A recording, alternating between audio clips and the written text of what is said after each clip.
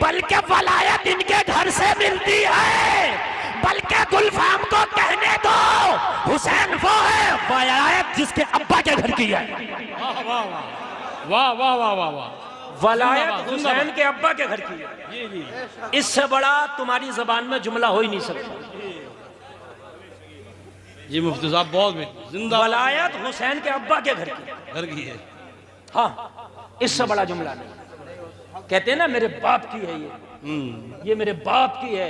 वलायत हुसैन के बाप के घर की। जब तक वली नहीं हो सकता जब तक डोरा अली से ना मिलेगा। जरा बोलो ना सुभान अल्लाह। तो भाइयों अगर तख्त का मसला होता तो इशारा देखे यजीद का तख्त तो तख्त यजीद समीत बुला लेते। बोलिए, लेकिन मसला तख्त का नहीं था और यजीद को मारना भी नहीं था।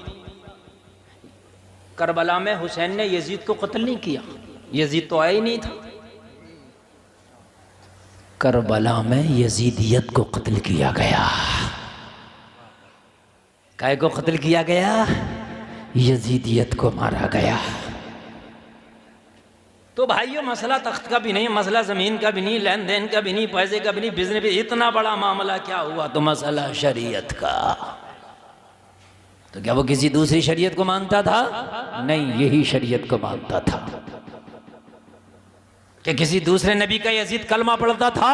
नहीं, इसी नबी का कलमा पढ़ता था। फिर क्या मामला था? एक ही नबी का कलमा, एक ही नबी की शरीयत, एक ही कुरान, फिर इतना बड़ा इख्तिलाफ। बात यही तो है, बात यह है शरीयत वही थी मगर मानने का तरीका अलग था।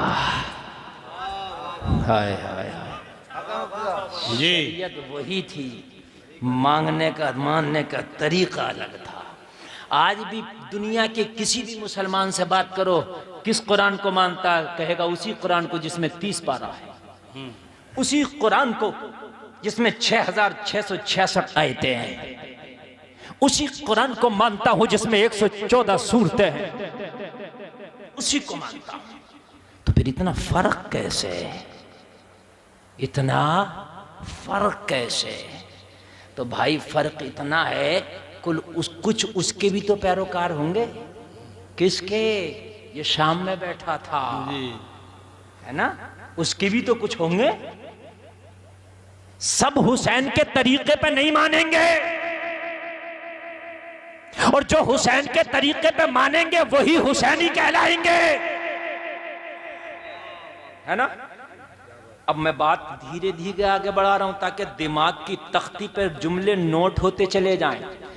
मैं आप में से अक्सर को जानता ही नहीं, शायद मैं किसी को मजमे में नहीं जानता। ऐसा नहीं है कि मैं किसी के बुग़्ज़ में, किसी की दुश्मनी में बोल रहा हूँ। मेरा तो आपसे कोई लेना देना नहीं, बस इतना पता है कि तुम मेरे नबी का कलमा पढ़ते हो, मेरे नबी की आप उम्मत हो, मुसलमान हो, मेरे भाई हो, बस इतना मैं आपसे जानता हूँ। इसके बाद मैंने शायद कभी किसी से मुलाकात भी की होगी, मुझे पहचान नहीं। इतने लोगों से मिलता हूँ, नहीं पहचान रहती। बात हक कह के जाऊंगा, दिमाग से उतर जाए तो अमल कर लेना, ना उतरे तो कोशिश करना फिर इन उलमा की बारगाह में जाना, जानू अदब तय करना, शायद मैं ना उतार सकूं, ये उतार दें। मसला ये था, यजीद कभी नमाज़ें पढ़ता था, कभी छोड़ता भी था जी। ये था, यजीद के यहां नाच होते थे, नाच। कम उम्र के लड़के जिनकी दाढ़ी नहीं जमी होती है, वो लड़कों का डांस यजीद के दरबार में होता था।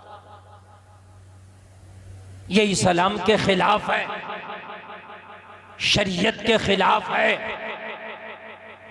इख्तलाफ कहां से पैदा हुआ? यजीद बंदरों के कुश्तियां देखता था, ये उसका काम था। उसके यहां शराबें भी चलती थी, उसके यहां शराबें भी चलती थी, उसके यहां जिना भी चलता था। ये मुत्तफिका तौर पर साबित है कि करबला के बाद यजीदी फौज ने मदीना पे हमला किया, मस्जिद नबवी में घोड़े बांधे गए, मस्जिद नबवी में यजीद के घोड़ों ने पेशाब किया, मस्जिद नबवी में यजीद के घोड़ों ने लीद किया। मदीना में जो नौजवान लड़कियां थी उनकी इज्जतों को लूटा गया। उसके हमले के 1 साल के बाद 1000 मदीना में नाजायज बच्चों की पैदाइश हुई। जिना आम कराया था इस जालिम ने। ये झगड़ा था इमाम हुसैन का। बात समझ में आ रही है कि नहीं आ रही है?